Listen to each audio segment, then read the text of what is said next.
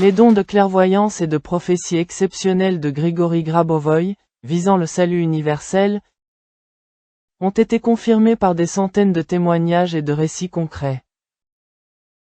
Le second volume, La pratique du contrôle. La voie du salut, contient un témoignage compilé par des universitaires de l'Université d'État de Rostov. Ministère de l'Éducation générale et professionnelle de la Fédération de Russie. Université d'État de Rostov.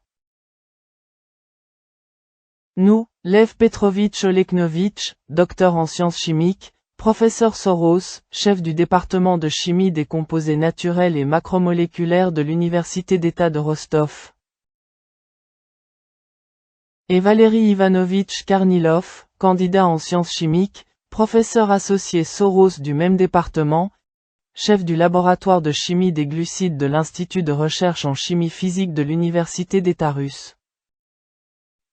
Avons proposé à Grigory Petrovitch Grabovoï, né le 14 novembre 1963, acte de naissance IIOG nombre 4, 6, 3, 7, 9, 4, le problème du choix de la variante préférée de l'état intermédiaire du processus chimique, représenté ci-dessous.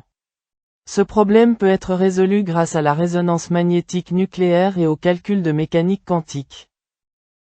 Grigory Petrovitch Grabovoï, n'étant ni chimiste, ni spécialiste de ce domaine précis de la chimie organique, et ne disposant pas de méthode spécialisée pour étudier la structure de la matière, a immédiatement, depuis son bureau, 14,5, rue Solyanka, Moscou, émis une conclusion écrite en faveur de la structure, ajoutant qu'une troisième structure, non prise en compte par nous, pouvait être réalisée dans un champ magnétique.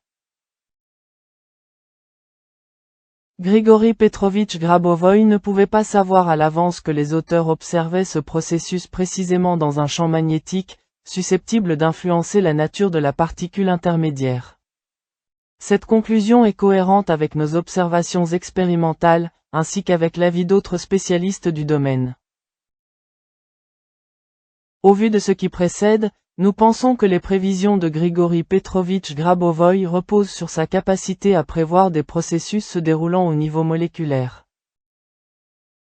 Docteur en sciences chimiques, professeur Oleknovitch. Candidat en sciences chimiques, professeur agrégé Kornilov.